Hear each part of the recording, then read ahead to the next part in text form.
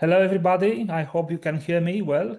I'm George Sorin Ciplica from Bucharest, Romania, and we would like to start this webinar dedicated to our IUSTI Europe Congress that happened a few weeks ago in Athens.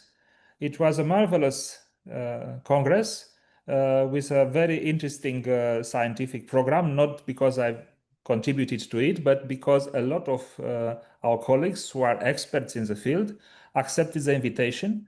And together we had an event that probably will last with some of the things that were for the first time happening in Athens.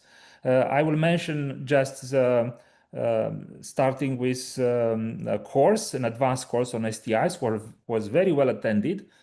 Beyond our expectation. It was almost doubling the number of participants. Also, we had our Congress meeting with our, let's say, collaborative friends from BASH, the British Association of Sexual Health and HIV, with EADV, the European Academy of Dermatology and Venereology, and also with colleagues from WHO and ACDC.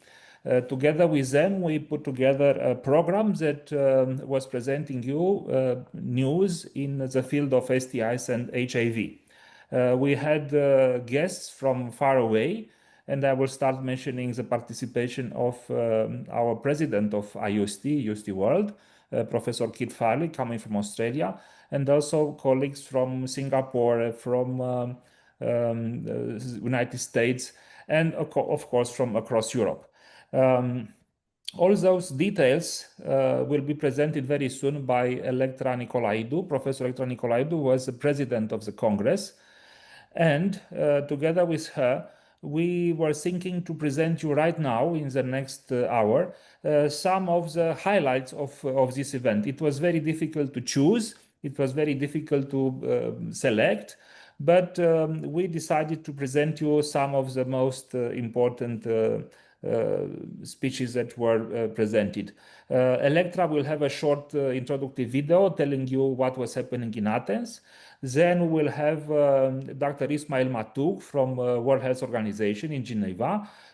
He will present us some highlights about the global STIs and the efforts to deal with those STIs in these difficult times. Then we will have Professor Jakob Borstein coming from Israel, telling us about the situations that it's happening very often in clinical practice with a patient who just found out that she's having HPV, and what she will have to do with this HPV infection. Then we'll have some highlights presented by our colleague Peter Greenhouse from UK and France about chronic candidiasis. We will have also a very nice invitation with the winner of the best oral presentation. It will be a talk on chlamydia. And then we will still have one presentation to go also on artificial intelligence and STI. It was the main theme of the Congress, STI and artificial intelligence. And we hope that this small highlights will make you also curious to stay with us and to visit activities that IUSTI Europe is doing, and of course to participate next year Congress in Prague. Until then, we have to start, and I kindly ask to have the video prepared from Electra Nicolaidou, the president of the Congress.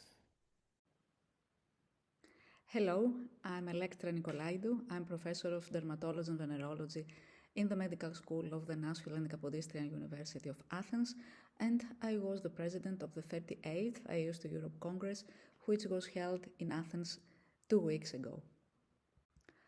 Of course, I would like to be live with you today, but I had to attend this EADV course on HPV infections in Turin. This was organized by the HPV task force of EADV. I'm a member of the task force for many years, and I had several presentations to give to this course, and I really had to be there. So by the time that you are going to watch this webinar, I will be flying back home from Turin.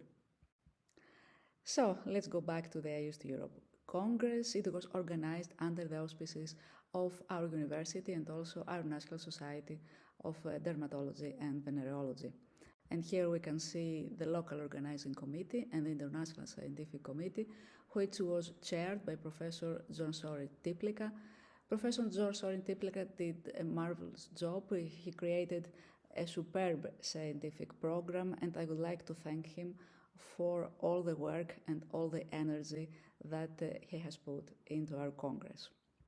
And I would also like to extend my thanks to the Chair for Congress Management of IUSTI Europe, Dr. Derek Friedman, for all his work, his supervising, his guidance, and for solving all problems that came up during the organization of the Congress. This is the Congress venue, Divani Caravel Hotel, quite close to the center of Athens and quite close also to metro station, and just across the street from Andreas Gross Hospital, the hospital where I work for 25 years now. And I think that this was something good because it enabled us to use the Vox Model Museum of the hospital for our workshops. And if you permit me, I would like to tell you a few words about this hospital that was built by rich banker and benefactor Andreas Gross, who inspired the hospital for the treatment of those afflicted by STIs. It was established in 1910 for the free of charge treatment of patients, mainly commercial sex workers with STIs, but also for the education of medical students, dentists, midwives, and nurses. And at that time, it was the only one of its kind in Europe. And in 1912, the Museum of Moulagers was established by Professor Fotinos, who was also the first creator of the models and the first director of Andreas Gross Hospital.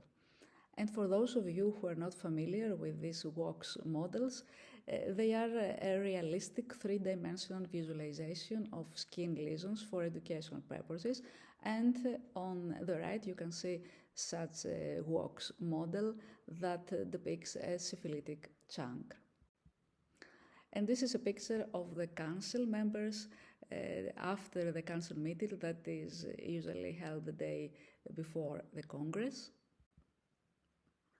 And let's have a look at the number of the registration. It was 520, and it was registrations for not only for several European countries, but also from the United States, from Australia, New Zealand, South Africa, South Korea, approximately from 50 countries from all over the world. And the Congress attracted 161 abstracts, again from 30 countries from all over the world. At the advanced course, you can see that the number of participants this year, I think it's a record number, 180. I think that the topic of this year advanced course, it was treatment pearls for all STIs, attracted so many participants, and I would like to thank again Castari and Marco Cusini for organizing this advanced course for so many years now and so successfully. And during the Congress, we co-organized together with Positive Voice. Positive Voice is an organization of people living with HIV in Greece. So we organized together with them this free HIV testing in a park nearby the Congress venue. And during this initiative that lasted 5 hours, 38 persons were tested for HIV. And one of them, a 24-year-old woman, was found positive. And this is the first time that such an initiative is being held together with an IUSTI Europe Congress. And in the picture, you can also see in the middle Dr. Claudia Heller-Vitus, who is the regional director of IUSTI Europe, together with Professor George Tiplica and me. The Congress was very well attended. Here on the left, we can see the room of the Vox Model Museum of Andreas Gross Hospital. and some pictures from the social program. Here is some two pictures from the council dinner, from the opening ceremony, which was held in the central building of the National and Kapodistrian University of Athens, from the president's dinner, and from the gala dinner that was held on Saturday. I believe that we all enjoyed this gala dinner very much. The PCO behind the Congress was Erasmus Conference and Event, held by the Iron Lady, Georgia Tsatsou. Georgia Tsatsou and Erasmus have organized many congresses, both national and international congresses, and they also organized the legendary IUSTI Europe Congress that was held back in 2004 in Mykonos by Professor Andreas, organized by Professor Andreas Katsambas. And here are our sponsors, with the exception of Diagnostics for the Real World. All others are local sponsors who decided to sponsor an international congress that was held in our city, even though most of them have really no connection to STIs and to sexual health. And just a few highlights from Greece. We can see that there is a sharp increase in the incidence of both syphilis on the left and gonorrhea on the right after 2020 in Greece, up to 2023 that we have data. Also, HPV vaccination coverage in girls up to 18 years old is now 75%, approximately the same as the mean number for the whole of Europe. And vaccination for boys has started 3 years ago. And as far as PrEP is concerned, in May 2025, we started prescribing PrEP for free, and up to now, up to 800 people have started receiving PrEP here in Greece. And this is the STI team of Andreas Gross Hospital, and I would like to thank all of them for their hard work and for being there for our patients. And as Claudia says, the end of the Congress is the beginning of the next Congress. So in 2026, we are going to have a joint meeting of the World and European Congress of the International Union Against Sexually Transmitted Infections of IUSTI in Prague, and we are going all to be there and enjoy the Congress. Thank you very much, and again I would like to apologize for not being able to be with you live today. Thank you. I would just like to mention that this webinar is pending CPD recognition from the Royal College of Physicians in Ireland, and hopefully that will come through. Once that comes through, we will send you CPD certificates, but we're just waiting on that. And the other thing is in relation to the presentations. If you look at the bottom of your screen, you'll see there's a Q&A panel, and please place any questions you have about the presentations, and the Q&As are being monitored by Dr. Andrew Winters in Glasgow.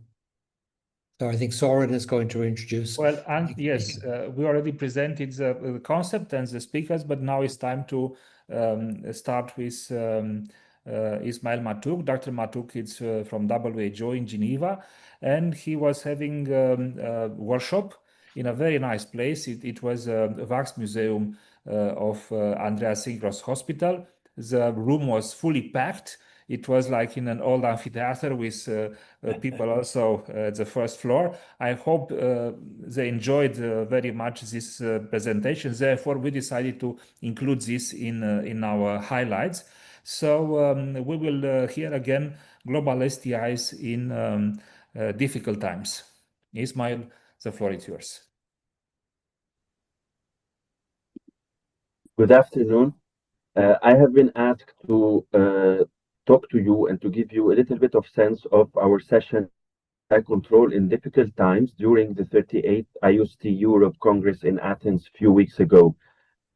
We started by showing the timeline towards the consolidation of STIs control starting from 2003 with the WHO guidelines on the management of STIs in general, then to 2016 with the specific recommendations for specific pathogens such as chlamydia, gonorrhea, syphilis, HSV, etc. 2021, we had our famous guidelines on the management of symptomatic STIs or the syndromic approach. In 2023 and 2024, we produced the updated treatment for chlamydia, gonorrhea because of the AMR situation and some new recommendations related to syphilis testing in general and partner services. Then we had also treatment recommendations for trich, MGen, and for the first time, candidiasis, BV, and condyloma. And in 2025, during IUSTI World Congress in Montreal, we launched our management of asymptomatic STIs and the service delivery. And I need to acknowledge here the framework that was drafted and overviewed by my former boss, Dr. Theodora Wee, who had in mind a certain set of guidelines that would go in parallel with the STI care cascade. So that's why we have recommendations or guidelines or specific technical products for individuals who are infected, those who are symptomatic or asymptomatic, and then partner services, then how to implement an effective treatment, then how to provide service delivery, and how to monitor and evaluate STI's implementation. Of course, this comes also with the STI laboratory work through the target product profile, the landscape analysis, and the update of the laboratory and point-of-care diagnostic testing for STIs and HIV.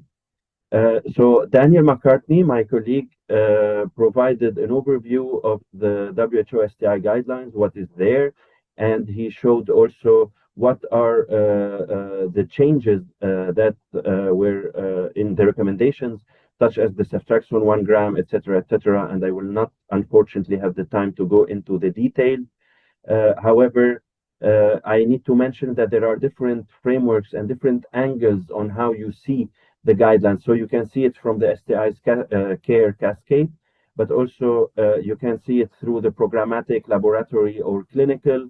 And there are also some other angles to look at the guidelines, and I invite you to check the link in this slide to see it or to access all our new technical products for the last 5 years.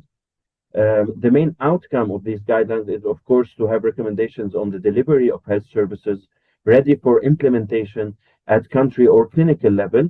And this is really a very comprehensive set of recommendations or of how we can implement STI services at a clinic level. What are the services that should be provided, taking into consideration 4 main criteria: availability, accessibility, acceptability, and quality, to make sure that these services are really patient or people-centered. During the session, we also overview the diagnostics that are in the pipeline, what is needed, and what should be in the market, with a very informative conference given by Professor Bobby Vanderpool. And then we also move to the management of asymptomatic STIs and this, the screening program. What are really the questions that should be asked before implementing a screening program? And then we had the input based on the experience from the Netherlands by Professor Henry de Vries and their experience on the screening program, mainly related to chlamydia. Then we had an overview of the gonococcal antimicrobial surveillance programs through the GLASS, GASP, and EGASP with Professor David Lewis. And I'm just showing you here one slide showing the ceftriaxone resistance as reported by 75 countries, where at least one isolate with decreased susceptibility or resistance was reported by 39% of countries, just to give you the burden of this problem. Moving ahead, we talked also about the national case management guidelines for STIs and how these guidelines are implemented at country level. So we know very well that 50% roughly of member states have adopted or updated in 2020 or earlier their national STI guidelines. And this leads us to a question: why aren't we controlling STIs if all these countries are really updating their guidelines? And the real question should be about implementation, which is a very hard question to ask. How can we make sure that the updated guidelines are being implemented or uptaken at the clinical level across the countries? We also talked about innovations, and we presented two works, two publications, one about AI in identification of STIs and anogenital dermatosis, some differential diagnosis as well, which is a systematic review and meta-analysis, and another one which was only a mention about genomic surveillance of Neisseria gonorrhea, which is a crucial tool in the global fight against gonococcal AMR. But the question remains, how can we move ahead with these innovations without talking about the elephant in the room? And based on the global health sector strategies that were endorsed by member states in 2022 up to 2030, we have a set of key shifts to end STIs. And the elephant in the room is really the gaps in international and national funding. In fact, the theme of the IUSTI Europe Congress this year was sexual health, from Hippocrates to artificial intelligence.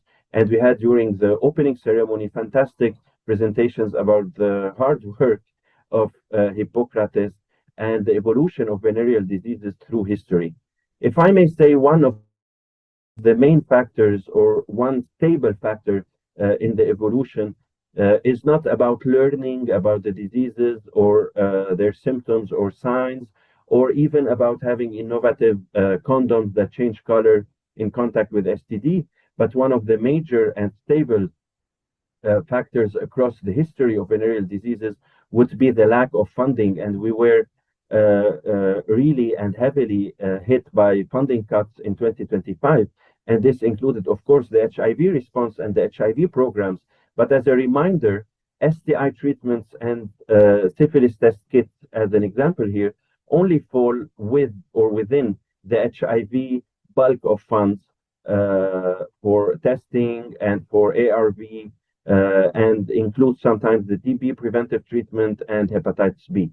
So we're talking really in normal settings about a minor amount of funding allocated to STI treatment, which mainly includes BPG. So we're really talking about syphilis treatment and syphilis test kits. And we need to think all together and coordinate a response on how to be really agile during those funding cuts, because STI services will be really forgotten if we don't advocate for them and if we don't push for the integration within the very few amount allocated for HIV services. I need to acknowledge so many colleagues, former and current bosses and colleagues through WHO and other colleagues as well, global experts on STIs that keep supporting us. And with this, I want to thank you so much for your attention.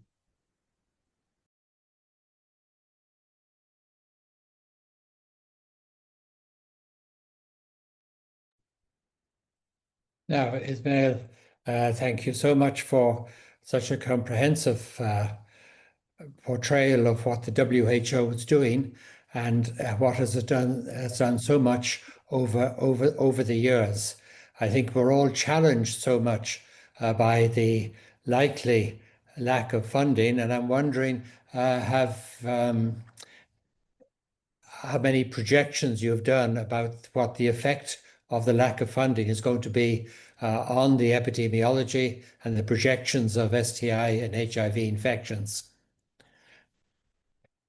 Thanks so much, Derek. It's a very delicate question, very political as well. So, and it includes other colleagues and other departments across WHO, mainly on economy. There is a paper that was published related to HIV, which I can put in the chat. We don't have one for STIs fully dedicated, but we can really deduce from this paper what will be the dramatic effects on STI services. It seems extraordinary to reduce so little funding, which has had such an enormous effect on containing HIV. Have you any information about what's happening on the ground when as this funding has been reduced? So the first, I mean, there are a lot of stories coming from the field in South Africa mainly, but in Africa in general, but even in Asia as well. They were affected. So we're talking about clinics that were shut down completely overnight, and healthcare workers that were seeking other job opportunities elsewhere.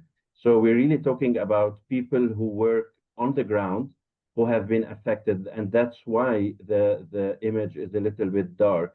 Now we are also, I mean, we should be always hopeful that things might change in the future. And we hope that the integration is one very important mechanism that we can rely on, even if not through HIV, but through SRH, through PrEP, through any other opportunity based on the country settings that can revive a little bit of STI services. Yeah, these are certainly going to be very challenging times. And of course, the other possibility here is that we'll give opportunities for people on the ground to have to respond to this and find other forms of funding. But one is just terrified about the number of people who can potentially get infected in that time. There is a request has come in just for the link and a copy of the papers you produced. Maybe you could put that up in the Q&A section and people can access it. So again, thank you so much for A, coming to Athens and giving us a great workshop, and B, contributing to this webinar. Thank you. So it's now my great pleasure to introduce Professor Jacob Bornstein from Israel. I'd come across him initially when he presented a fascinating and such a comprehensive webinar with the International Society for the Study of Vulvovaginal Diseases on the natural history of HPV from the time you catch it until the time it can, in few cases, manifest as carcinoma. This was extraordinarily illuminating, and it's available on YouTube. But today he's going to talk about something that we very rarely address, which is when we have a patient, girl, and we tell them just been diagnosed with cervical HPV infection, what do we tell the partner? How do we deal with that? Something that we don't really often address in the literature, but certainly has great and profound implications for people who are in practice. Thank you. Hi, I'm Professor Bornstein, and I would like to thank Dr. Friedman and Dr. Teplitsa for inviting me to this webinar. Today and in Athens, I spoke about a patient, age 25. At this age, this is the first time that she undergoes a cervical screening, and today in most countries cervical screening is done by PCR for HPV. And she was found to carry HPV-16. HPV-16 is the major cause of cervical cancer. Therefore, she underwent evaluation that including examining for cytology, colposcopy, which is examining the cervix with a magnifying glass, and some staining, biopsies, and no lesions were detected. But Sophia has a question, two questions for us. First question is, my cervical smear is positive for HPV-16. Should I tell my partner about my sexually transmitted infection or not? And the second question is, could I actually have contracted it from my partner? So what does the CDC say? CDC says no need to disclose it to your partner, although it is a sexually transmitted infection, because the CDC thinks the benefit of disclosing a positive HPV test to current or future sex partners is unclear. It doesn't. We don't know if he will benefit or you will benefit from that. And in fact, in most countries, HPV infection is not a disease that requires reporting to the Ministry of Health. In my country, you should report syphilis, gonorrhea, chlamydia, but not HPV infection. There is a concern also about the impact of disclosure on the relationship, given that this virus is so common and maybe the partner has it anyway. What about examining the patients, the partners? of a woman that has HPV. CDC says no need. Why? Because genital examination in men, including using the colposcope, the magnifying glass, is not sufficiently specific, and also there is no proven evidence that treating HPV-related lesions in men reduces mortality in either men or women. I do not agree with this last CDC note, because I think that there is some benefit of disclosing that to your partner that you have HPV. Main reason is oropharyngeal cancer. Oropharyngeal cancer is increasing, as you see here, in incidence, mainly in males, much more than cervical cancer, and it is mainly a disease of males in the 50s and 60s.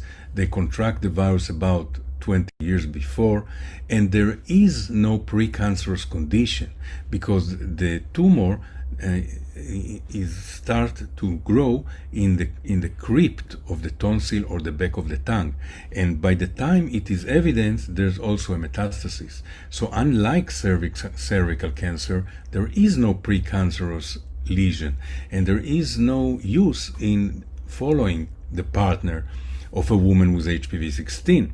But what you can do for him is immunizing him or suggesting him to get HPV immunization, because oropharyngeal cancer, HPV associated, is caused by HPV-16.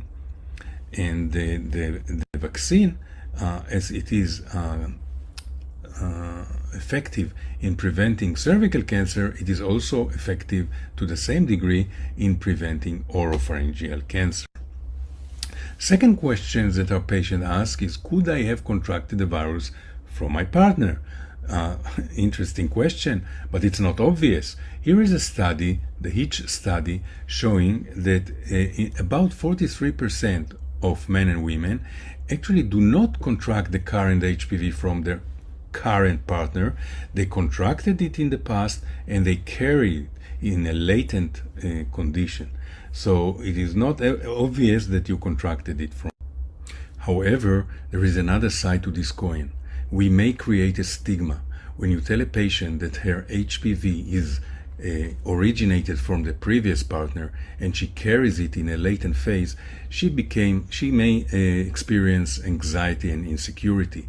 And some view an HPV carrier as someone who was infected due to excessive promiscuity, poor hygiene, or even that she can transmit cancer.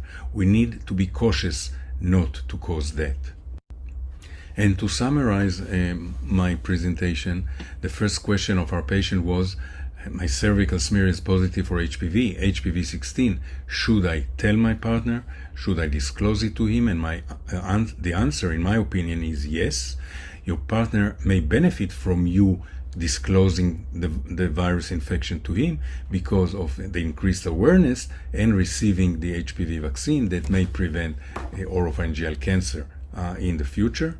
Your second question was, could I have contracted it from him? And the answer is that in fact 43% of the infection, of the HPV infection, are not contracted from the present partner, but from a previous one, and is staying in your body in a latent stage. And thank you very much for your attention.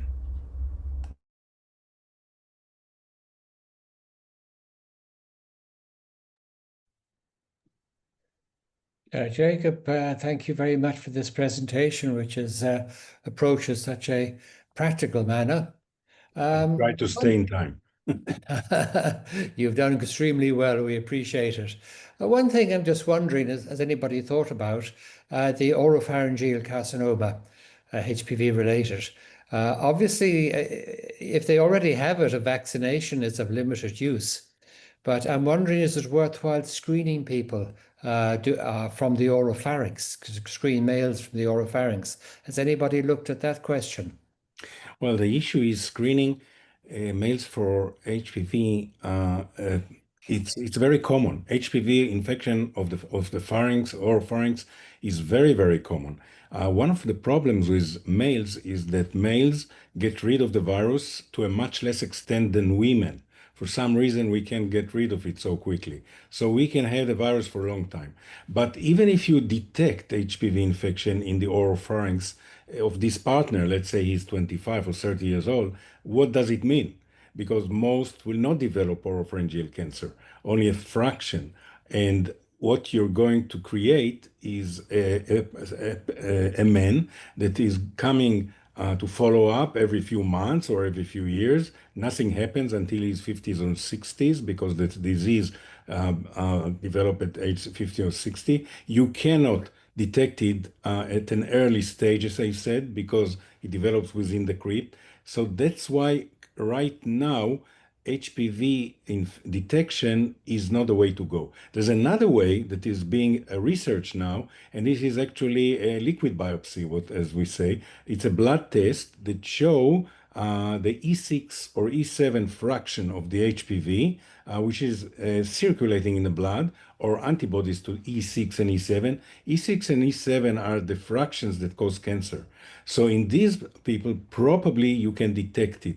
I don't know how much earlier, but definitely earlier than it is being detected by examination. Well, thank you very much. That sounds a very interesting future development. Right. And we'll just see. I think there is there may be a further question there. Discuss smoking as being cofactor. Yes. All right. Interesting question. You know, when we were in medical school, Derek, probably you and I, we were taught that the oropharyngeal cancer is caused by excessive drinking and smoking. No word about HPV. And in fact, at that time, the most cases of the oropharyngeal cancer were caused by excessive drinking and smoking. Up right now and today, smoking and drinking cause a fraction of oropharyngeal cancer. Most of the oropharyngeal cancer right now are caused by HPV. And there is no need for drinking or smoking as a cofactor. The virus will do it alone. So, in fact, we can get rid, by the way, of oropharyngeal cancer if the vaccination rate at school will get to 90%, as WHO recommends. Then we can eliminate both cervical cancer and oropharyngeal cancer, the HPV-associated type. Well, I'm afraid the problem was when we were in medical school, sex was unknown and unspoken about. All we knew about was drink and cigarettes. But now we've moved on with the pleasures of life. So I'm going to ask Soren to introduce our next speaker, Peter Greenhouse. Well, as we discussed at the first opening of this webinar, I announced that Peter Greenhouse will tell us more about chronic candidiasis. It's talks that he was having during the course of STIs, the course that it's presented before the Congress. It was a very well-attended Congress. And as usual, his talks are very well attended and very well received by our colleagues. He will talk about cyclical therapy in chronic candidiasis. Therefore, please start his presentation. Well, hello, and thanks to Derek and Soren for inviting me. I'm going to be talking about cyclical therapy for chronic candidiasis, recurrent candidiasis, whatever you want to call it. I have no conflicts of interest. These are my declarations. This is a small snippet of my talk in the advanced course a couple of weeks ago, and it also includes some extra material from my lecture last week in Belgrade at Izidog. If we think about the word where it comes from, catamenial is, of course, catamenia menses, relating to or associated with menstruation, according to the Oxford English Dictionary. And I want to come up with some straightforward logic. Any condition with a regular repeating catamenial timing must have a hormonal cause.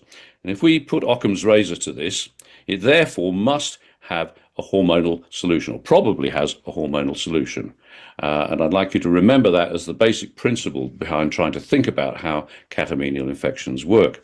And certainly recurrent vulvovaginal candidiasis is often catamenial, not always. And I use this graphic from when I first gave the lecture in Berlin some years ago, that what you've got is a gut commensal that is mostly asymptomatic and lives in symbiosis, and then something changes to alter the immunity, you get an overgrowth with symptomatic conditions and inflammation, and then that also often spontaneously goes back to normal. Once again, the mechanism behind this is enormously complex, and I just want to shout out to my good friend Professor Francisco de Seta, who explained this in some considerably greater detail in Belgrade last week. But both Candida and herpes are among approximately 15 different dermatological conditions which occur regularly in the luteal phase. And you have to ask why that is. Well, it's because a woman is a completely different immunological animal in the luteal phase of the cycle. In the follicular phase, they're T helper dominant, and in the luteal phase, they're T2 helper upregulated, T1 downregulated. And you can see the different cytokines there as to how very different they are. And if you think of the expert consensus, this is a recent European one, where they simply look at the two main branches of candidal infection: primary idiopathic in healthy and immunocompetent women, and secondary RVVC with identifiable causes that are listed here. But perhaps the best description of this, most elegant description of this, comes from Jacques Sobel, and this is a beautiful diagram with all the various different factors, and he really puts everything into it, and finally gets down to the bottom and is left with this idiopathic box. And I'm going to make a polite suggestion that into that box you could add hormonal cyclical immunosuppression, which is perhaps the key to the whole thing. Also, if you think what's actually going on with this luteal phase cellular immunosuppression, you must be getting some sort of microbiome alteration. And let's go to China for a discussion of the biofilm. The biofilm formation itself is what promotes the antifungal resistance, but that's a function of the organism itself and probably not the cycle. So if you want a really good, very recent review this year of all the various issues that are going on, it comes from Portugal, from Faustino, and they look at lots of different issues here, particularly the dietary modifications don't work at all. Probiotics are still there's a big question, and they look at the appropriate or inappropriate use of antifungals. And their summary is actually very important. They look at biofilms, adherence, phenotypic switching, vaccines, and nanotechnology, and they talk about the new drugs. And there are two new drugs that are around: oteseconazole and ibrexafungerp. Who thinks of these names? But oteseconazole, although it's been trialed, is no longer available. And ibrexafungerp is also difficult to get hold of. And there's a very good review from Poland that looks at how it works and how the other drugs work. But if you look at one of the trials, it's interesting because it's a monthly dosage with a very long half-life, over 2 months half-life. But look at this overall success at the bottom, not very impressive at all. All that means is you can be pretty sure that it's about 3 times better than nothing. So I'm not impressed with that. What about other drugs after fluconazole fails? A very good paper from Gilbert Donners and Werner Mendling looks at all the various different old-fashioned treatments, boric acid, amphotericin, etc., and how they're put together. But it's also very strong on looking at the risk factors and excluding diabetes. They actually recommend that you should stop oral contraception and that you might check the partner in case he's uncircumcised with type 2 diabetes. But unfortunately, one thing they missed off their graphic was the absolute essential need to confirm that the patient is HIV negative. So where do we go with this? If you're considering all these various different regimes and guidelines and you finally get down to the bottom, for whom could you consider that a hormonal cyclical suppression is worth giving? Well, it's obviously the woman who gets frequent cyclical recurrence. We know these women, they just like clockwork. They present on day 21, 22, 23 of every cycle. And obviously the treatment for these women should be given just a couple of days before. That's pretty logical. But there's also a group of women that I've labeled as pan-luteal candidosis. They're fine for the first 2 weeks, and then suddenly on day 15 or 16, they suddenly become almost unable to walk. And I had my very first job in Ipswich, I had 6 of these women in perimenopause. They were all cured when I sent them to my surgical gynecologist, and he put them on GnRH analogues, completely ablating the cycle. 2 of them had menorrhagia, so they had hysterectomy and BSO, and they were cured. Now, I'm not suggesting that hysterectomy BSO is the top-line treatment for all women with difficult-to-treat RVVC, but it works. So let's stand back from that and see where else we could go. Well, first of all, in any regime, you want to start with Jacques Sobel's Detroit regime, where you give fluconazole at day 0, 3, and 6, and you get a peak at day 1, 4, and 7, giving you effectively 20 days of treatment, which will wipe out Candida in almost everybody for a good month or maybe even 2. You then wait until they get a recurrence and work out exactly where they are in the cycle, and then on a regular basis for perhaps, say, 3 or 6 months, just give them fluconazole immediately before they would get their symptoms. And if the symptoms happen early in the luteal phase, you may need to give 2 doses, say 4 or 5 days apart, to cover more than 10 days.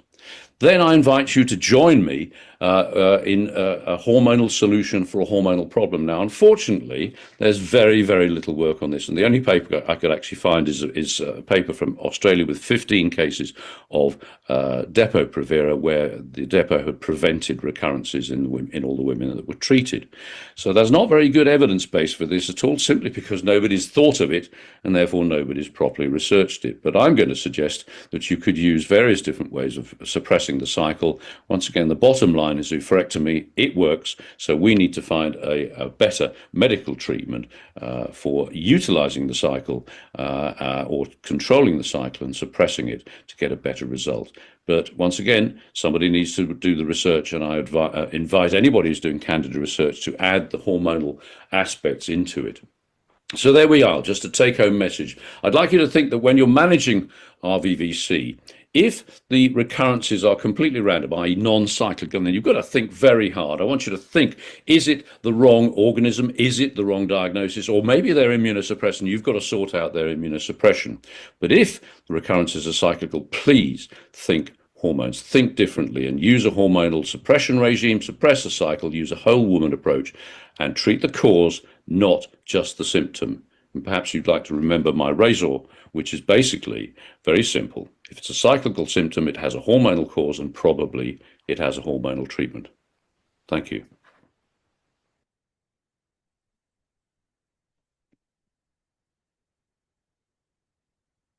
Peter, thank you very much for, again, giving us such a comprehensive overview of such a common problem. We're all faced with this, and it is so devastating for the patient who has recurrences and how it affects their day-to-day life.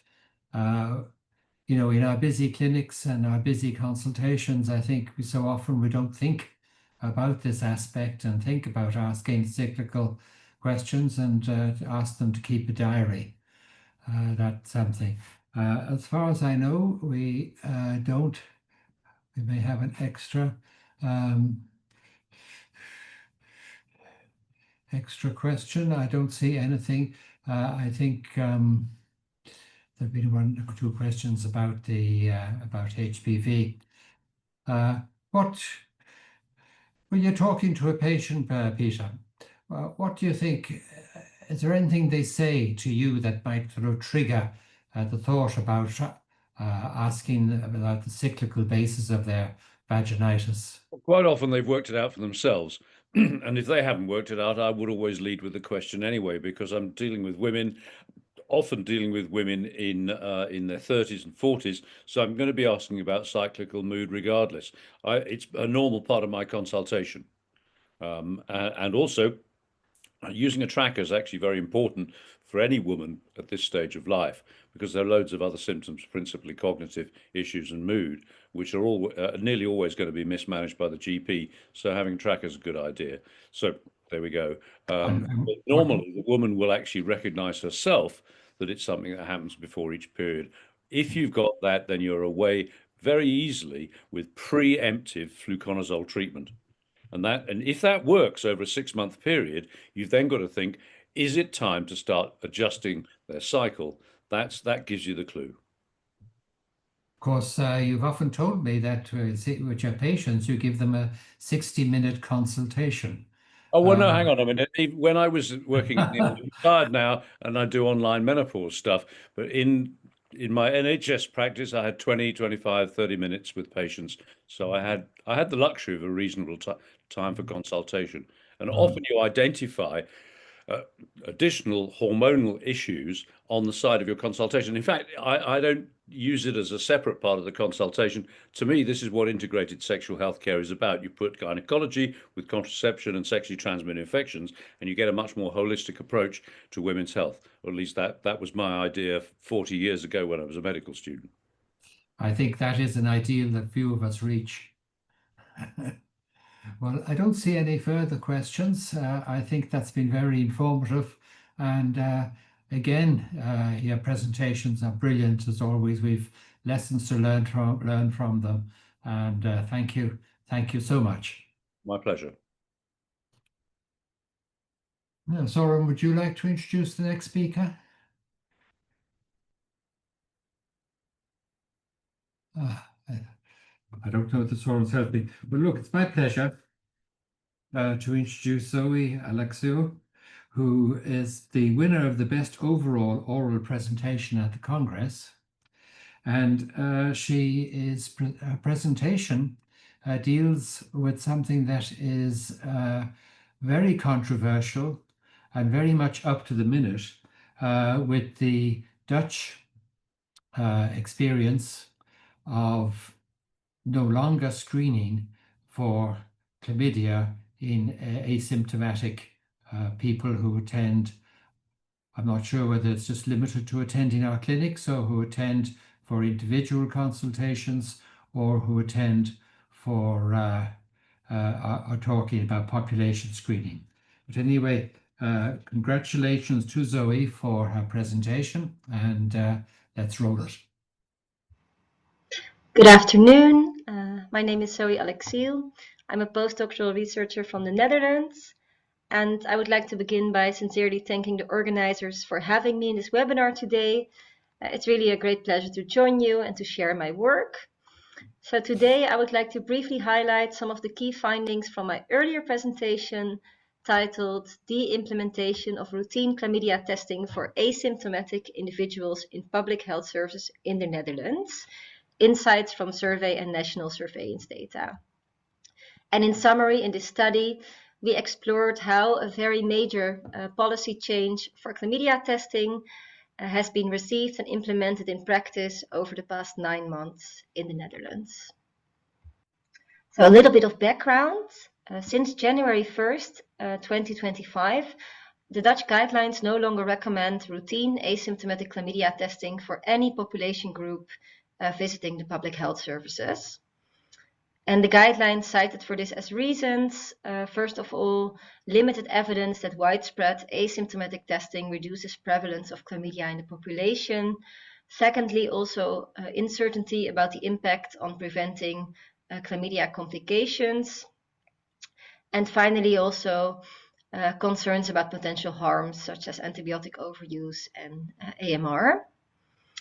And because this policy change really represents a major change in the behavior and the ways of thinking for professionals and also for clients, it's important that there's a good strategy for this that's also guided by implementation science. So when we talk about implementation, what we actually mean is the things you do to make sure that a new policy is actually optimally adopted in practice. And this is an ongoing process that goes in cycles, but some of the key strategies that have been used so far in the Netherlands were having a really well constructed communication plan, using scientific theory and frameworks to build up on for the implementation process, having from the beginning ongoing discussions with experts, with communities and with citizens, involving them in every step and making sure they also feel like they are really part of this process and it's something that you're doing all together. And something else that has been very important is monitoring and evaluating this change over time. And I will show you some of the first results of this monitoring and evaluation now. So I've used different methodologies to see how the implementation is going in practice. First of all, we've done a survey amongst 160 physician assistants, nurses, and clinicians doing the STI testing in the clinics. We've asked them about their experiences and any issues they are experiencing with the new policy. Then we've also looked at our national surveillance data. So we have real-time data from all our sexual health centers in a central database. And in this database, we can see to what extent professionals are able to adhere to the new policy. And then we also have been thinking together about having a national surveillance system for chlamydia complications. Because of course, if you make such a big change, you also want to make sure that there's no unintended consequences, for example, on chlamydia complications. So we asked our professionals about barriers and facilitators for using this new policy in practice in all different types of levels. And I want to focus on a few here. So, for example, our professionals indicated that they find this policy actually quite clear and easy to work with. They also find it evidence-based and factual, and they indicate that they find it quite suitable for most of the groups they are seeing, for example, for women and also for men who have sex with women. They also feel backed by their colleagues, and they also say that actually most of the clients, when they explain to them why they are not tested anymore for chlamydia, agree with this and are quite satisfied. Then there's of course also some barriers. For example, professionals indicate that they find this new policy less suitable for some specific groups, for example, for persons doing sex work. And also they indicate they have some worry about effects this policy might have, for example, on behavior. So they are worried that because we don't test for chlamydia anymore, people might think that STI testing in general is not important, or maybe prevention is not important. And that's really not the message you want to have with this new policy. That's something to be aware of. So then when we look at our national surveillance data, to what extent professionals are able to adhere to this new policy in practice, we can see, for example, in the upper left plot, that before the policy was changed, around 50% of the women tested in the clinics were asymptomatic. We can see a very clear trend drop in that. So we can see that from January onward, the percentage of women without symptoms that are tested is around 10%.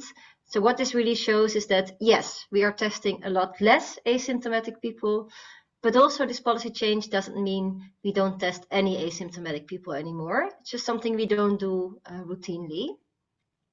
And you can see that there's some variation, for example, across clinics or across population groups, to what extent professionals adhere strictly to this new policy.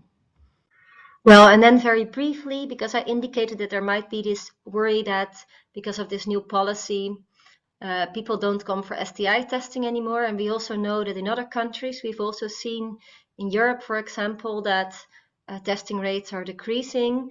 So we've also checked it in our national surveillance data. And when we look at the data from 2023 onwards, so even far before the policy was changed or announced, we can actually see that STI testing in our clinics has been declining for years. So this is likely due to factors beyond this policy change, maybe around capacity in the clinics or other behavior changes that happened over time. And finally, we are currently working very hard on having a robust surveillance system in place for chlamydia complications.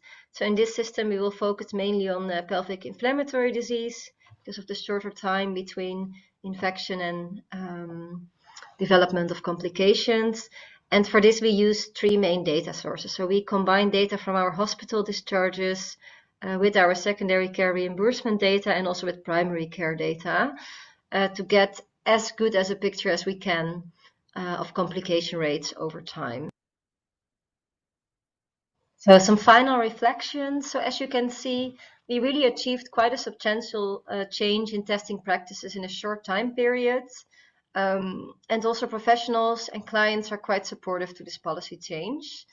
And we really use this data for action. So I'm not just presenting it at conferences, but we've also been presenting this data continuously during the implementation process to the doctors and to the nurses in the clinics and discuss with them how we can use this data to have better care in practice.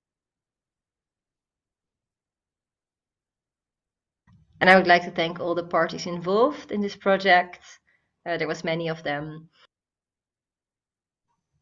And if you want to know more, please feel free to reach out to me. I'm very happy to discuss further. And we also hosted a very nice workshop at the conference. with over 100 participants. I would also be very happy to share with you any materials we discussed during this workshop. Thank you very much all for your attention.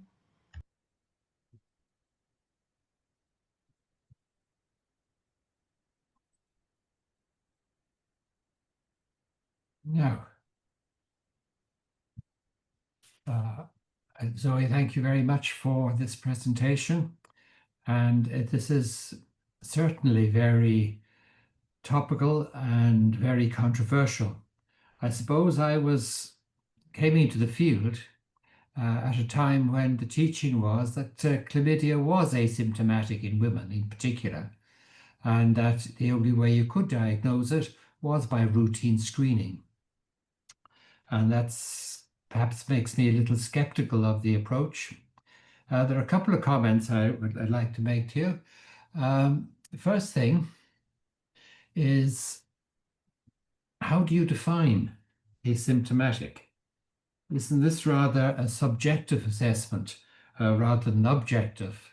Are we talking about asymptomatic in a national screening program?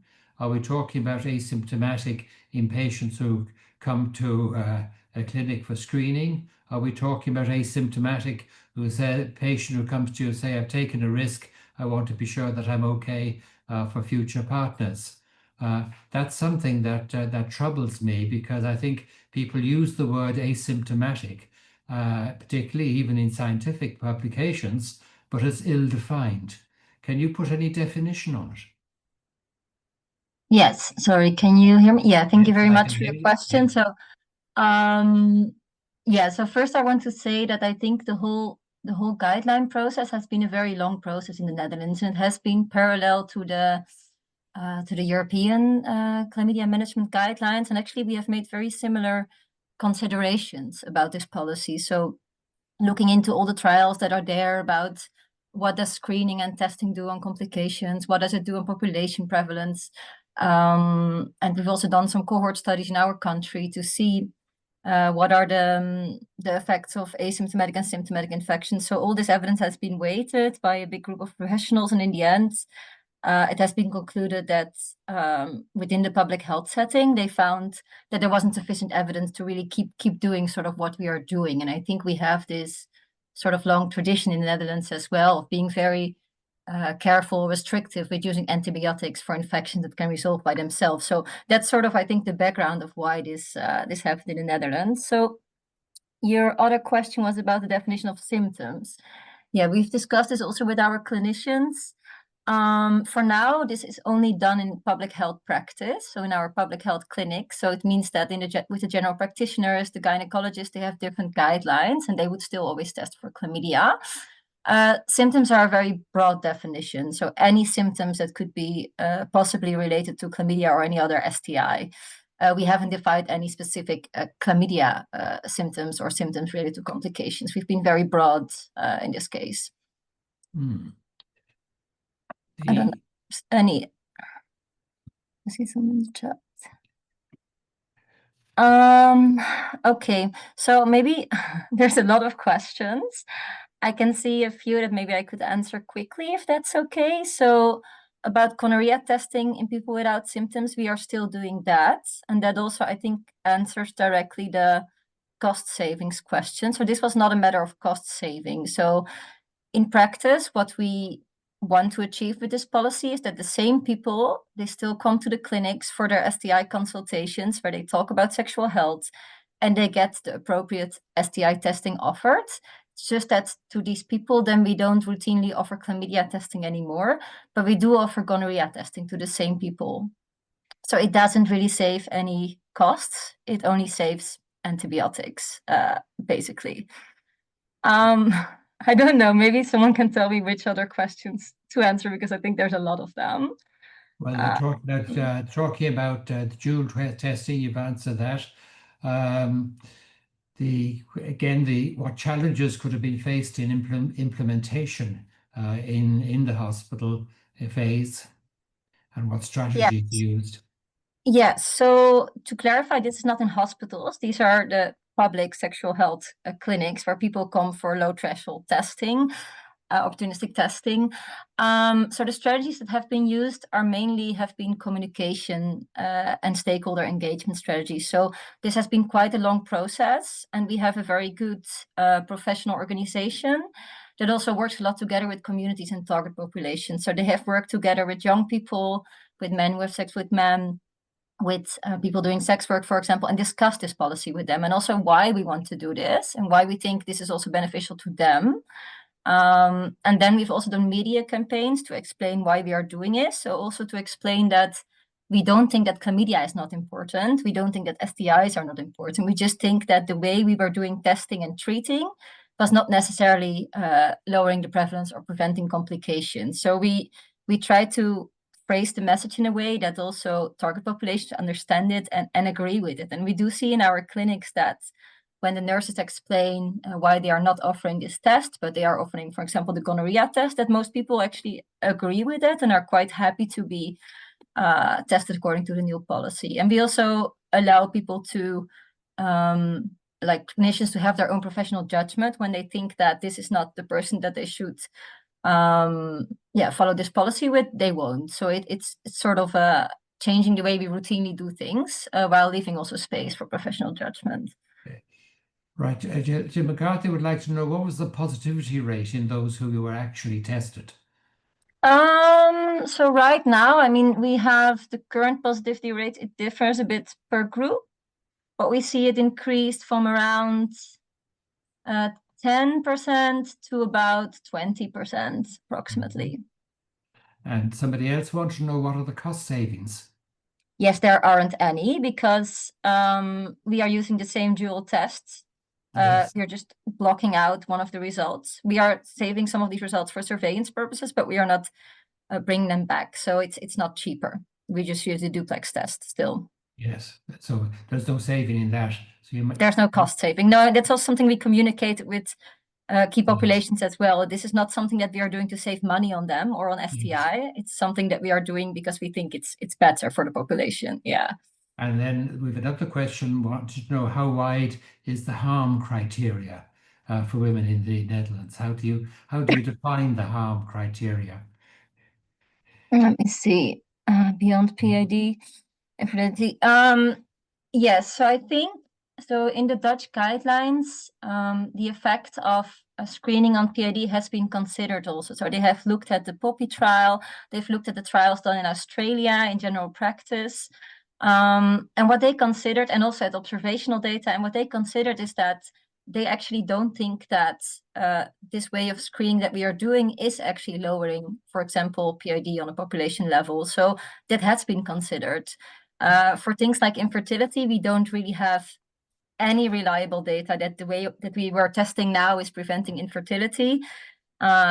We only have some observational studies that show that despite the intensity of screening, infertility rates don't differ, but that's not direct data because it takes such a long time after an infection before this develops. And also we saw, for example, in the Dutch cohort study that we did, that this percentage of infertility after chlamydia is really very low. So it's really hard to show that your program has an effect on that. So what about doxypep? There's another person wants to know, do you use doxypep in the Netherlands? People do use doxypep in the Netherlands, but is it policy? It's not, there's no policy, no. And I also don't think there will be anytime soon a Dutch policy, no. But it's done incidentally, and also some people are doing it by themselves, yeah. So tell me, do all your attendees at the clinics, are they all still screened for gonorrhea? Yes, they are. Yes, so it's different from Belgium. For example, in Belgium, they stopped in PrEP users screening for both chlamydia and gonorrhea. But in the Netherlands, in the end, there is no really good studies like the RCTs that have been done for chlamydia testing. They haven't been done for gonorrhea because the prevalence was just never high enough in young people to really do that. Now we see in the Netherlands and in other European countries, gonorrhea is increasing a lot. So maybe this is the time to actually do good studies on the effect of testing or screening for gonorrhea on complications, but there's no real evidence. So we just keep doing that for now. Yeah. Although for the AMR, that would be the one that you would stop maybe screening, but yeah. And then in relation to harm reduction, the other thing we have considered is the patient who's come to be screened and then goes on and infects their next partner with chlamydia, and he becomes sensitive. That may be another aspect of harm that you may have to consider. Of course, yeah. I mean, this is something that was the idea, right? What we have done, for example, in the Netherlands, also try to implement a national screening program, because we thought if we stop the chlamydia, then it will not transmit and the prevalence will lower. But yeah, we don't see this on a population level. So yeah, it's sort of the consideration that was made there, I think, for that harm. Final suggestion, maybe you might consider putting in your program, is since you're going to be taking tests for gonorrhea anyway, and it's a dual CT-GC test, why not, as an audit, test 5% of the asymptomatics and just see how many you're missing? We are actually doing this. So we are not doing this nationally, but we're doing this on some smaller scale, because we are also curious about that. And we are also at the same time monitoring complications in the specific populations in those clinics. So we are working on that data. Yeah. Terrific. Well, look, thank you so much for your presentation. Congratulations on your prize. I think we'll all be observing the results of the Dutch experience with great interest. I think many of us will find it difficult to change our practice, but at least we'll have an objective assessment. Thank you so much. I think I came late to the discussion because I'm young. So for me, it's a different discussion, but I'm also very happy to forward any questions to the policymakers in the Netherlands if you have that. So please just reach out. Yeah. Thank you so much. Thank you. And prepare to come in Prague next year. Yes, I'll be there. So it's time to move to our last presentation in the workshop. It's something that was one session of 1 hour dedicated to AI in dermatology. It was a session very vivid because we had interpretation from doctors, interpretation from artificial intelligence. We had clinical images, we had histopathological images, and a very attractive and very vivid session. I will leave now space for the recording of this talk, and I will invite Louisa Heller to be present with us, and also Ionela Manole is also here. So please start your presentation. Good evening, and thank you very much for the opportunity to present a short summary of our session. This session was held at the IUSTI Europe conference in Athens this year and was held by Eija Hiltunen-Berg from Helsinki, Finland, Anne Wikström from Stockholm, Sweden, Claudia Hella-Vittuch from Vienna, Austria, Ionela Manole from Bucharest, Romania, which are all dermatovenerologists, and from me, Louisa Heller. I am a histopathology resident from Vienna, Austria. The name of our session was The Genital Skin in Clinical Practice with an AI Twist, and Ionela started with an overview of AI tools in clinical practice. Important to say is that most image-based tools in sexual health are for clinical decision support and not for a definite diagnosis. Also important is to use CE marking and quality frameworks. Tools with CE marking and quality frameworks, these are not perfect, but they are auditable, and that's the important part about it. Another crucial part is the privacy design. For genital images, you want minimal data and no retention unless it's really necessary. This slide compares 3 AI tools currently used for image-based assessments in sexual health. These are DermExpert, SkinifMD, and Legit Health. For intended use, all 3 act as clinical decision support rather than diagnostic tools. DermExpert integrates into broader differential diagnosis, SkinifMD supports visual recognition, and Legit Health adds workflow and severity scoring features for clinical use. For genital relevance, DermExpert covers both STI and non-STI cases. SkinifMD performs well for HPV and herpes, while Legit Health supports structured rollouts and longitudinal tracking. This slide looks at patient-facing AI tools for genital concerns, and the key point is that these are for safe use and not for diagnosis. All three, AISA, SkinIF, and First Derm, focus on education, orientation, or triage, and not on giving a diagnostic verdict. They help users understand what they might be seeing and when to seek clinical care. Regarding genital relevance, AISA gives plain language guidance. SkinIF provides good visual examples for common infections like HPV or molluscum, and First Derm helps frame categories before referral. Next in the session, Anne uploaded some clinical pictures to ChatGPT and asked it for a diagnosis. And its answer was, firstly, I am not a medical professional, but I can help describe what's visible in this image, and that is what it has done.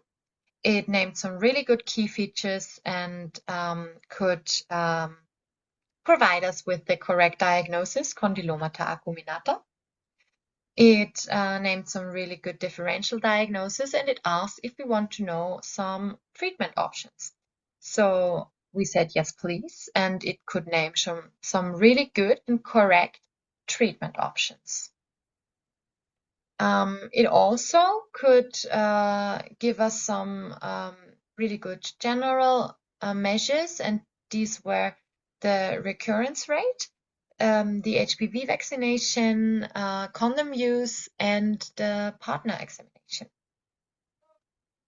Next, I uploaded some histopathological pictures to ChatGPT and asked it for a diagnosis. ChatGPT could name me the correct staining and the correct magnification, as well as the correct histologic description, the correct diagnosis with correct pathogenic mechanism, and it could provide me with the correct differential diagnosis. And all of this without providing ChatGPT with further information about clinical information or further stainings, like this in cytohybridization with HPV 6 and 11, which is positive, and therefore the diagnosis is condyloma acuminatum. I was a bit concerned when ChatGPT knew all of this, because I thought I am replaceable by AI, and I chose the wrong profession. But then I thought a little bit about it, and I gave ChatGPT too much information. I named my slides after the diagnosis and the magnification of the histopathological images. And so I was a bit relieved, because I gave ChatGPT the diagnosis, so it already knew it beforehand. Next, Claudia also uploaded some clinical pictures, and again ChatGPT said yes, it can help with some information, but for confirmation and treatment, you should always seek a qualified healthcare professional. So this was the picture Claudia uploaded to ChatGPT, and ChatGPT gave a wrong diagnosis and some wrong differential diagnosis. So Claudia was so kind and gave ChatGPT some further information and said this lesion is painful. So ChatGPT added another differential diagnosis and said it could be herpes simplex or zoster, but the lesion is at an unusual location, but it's possible that it's there, which is already also not quite right. The correct diagnosis could be made via a PCR with Variegella zoster, for Variegella zoster, which was positive. And also the partner of this patient had some lesions which were positive for the varicella zoster virus. So apparently the partner did not have chickenpox in his childhood. Then me again, I uploaded some histopathological pictures, this time without me telling ChatGPT the diagnosis beforehand. This time it could name me the correct staining, but instead of exact magnification, it said it is a low magnification. And this time the description was a bit lacking, and it told me the false diagnosis.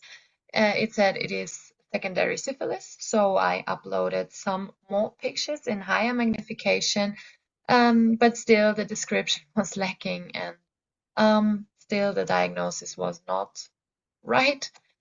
This time it said it is tertiary syphilis. But indeed, it was a herpes infection, which already could have been seen on this picture because of these beautiful multinucleated giant cells. Lastly, Aya uploaded a clinical picture of a 70-year-old male with an itchy rash on the scrotum, which he had for 3 years. He had no previous skin problems, and no improvement could be achieved with a potent corticosteroid cream. ChatGPT could name some differential diagnosis, and this time the important part was that it said that the patient should see a dermatologist or healthcare provider because maybe he wants to do a skin scraping or fungal culture or a biopsy. And this is what happened. A biopsy was taken, and Aya was so kind to send me these pictures so I could ask ChatGPT for a diagnosis. And this time I used a medical diagnosis assistant of ChatGPT, and ChatGPT could name some quite right key features of this image, but some are a bit overinterpreted, which led ChatGPT to the diagnosis like in plainness, but indeed it was a basal cell carcinoma. Lastly, I want to present two studies I found in this context. This study is about pigeons, which can discriminate between benign and malignant histopathological pictures. So this time, it was the second time I was afraid that I could be replaced, this time by pigeons.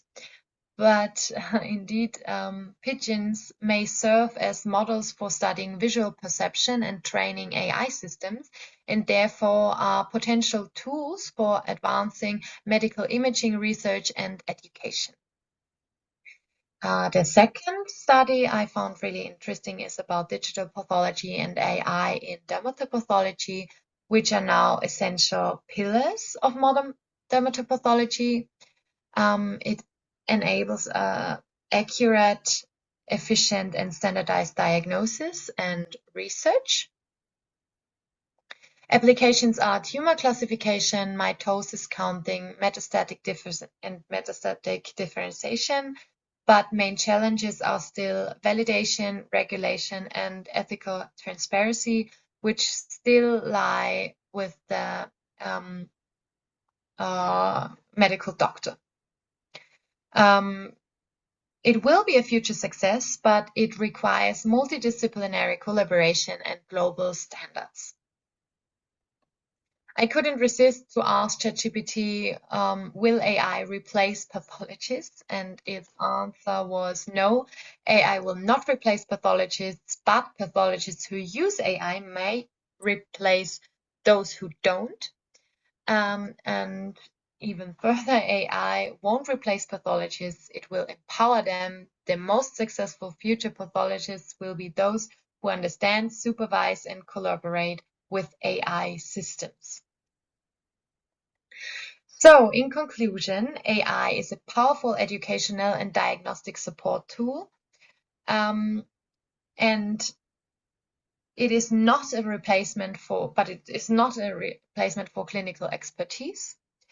Human oversight remains essential.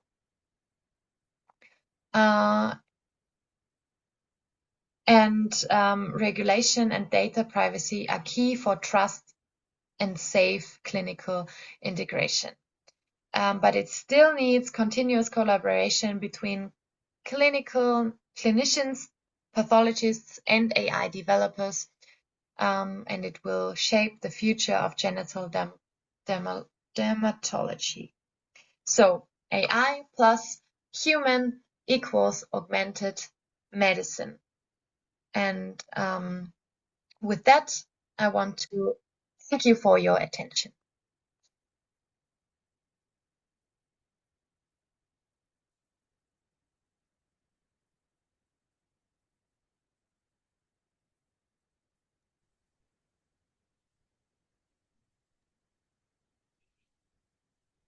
Soren, would you like to wrap up? You're muted.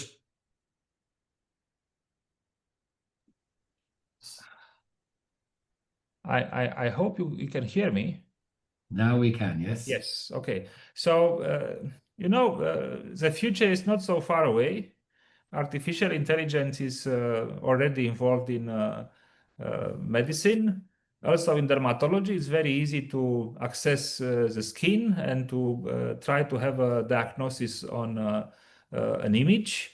Also, pathology examination, it's already taken advantage, and a lot of our colleagues who are pathologists are already having a lot of artificial intelligence diagnostic and very accurate diagnostic on their slides.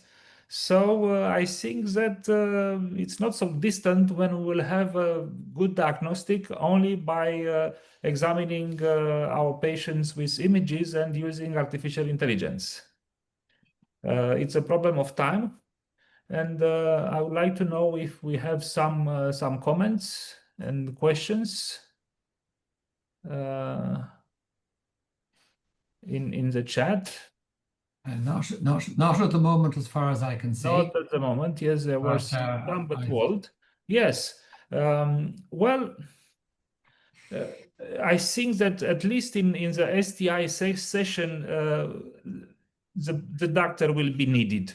We will need to discuss with the patient. We will need to address a lot of questions. We need to have a good relation with the patient and to put a lot of empathy in our direct dialogue with the patient. Sometimes we are very difficult to be replaceable as doctors in our dialogue with the patient. So it will be a tool which will help us. This is my idea, and I think the other colleagues are having same thoughts. I think that the lesson to be learned is that sexual health consultation is not just a matter of a diagnosis and treatment. There's more to it than that. There's actually giving people some lifestyle advice, some life-enhancing advice about their relationships, about the quality of their sex, and maybe coming back to an old hobby horse of mine is actually maybe giving people the concept of quality sex, something that is memorable and worthwhile. Something a machine will be difficult to understand, I think. I think only Woody Allen had a sex machine. So I think we've gone beyond our time and people have other things to go to. Thank you for all our presenters for putting so much work and effort into the presentations and giving us such good, high quality, vivid presentations that have engaged our audience. This webinar will be available to view on the IUSTI Europe website in the very near future. We're also awaiting CPD recognition, which is pending from the College of Physicians in Ireland. And when we have it, we'll send you out your certificates. And then in this day, 4 weeks, will be our next webinar, the last Wednesday in November, when we will have a webinar on confronting HIV to mark World AIDS Day on the 1st of December. So we look forward to again, hopefully, giving you a very interesting webinar, webinars that are worth your time coming to see, and hopefully webinars that will influence your practice to the benefit of your patients. Thank you all for joining us so much. Thank you. Good night.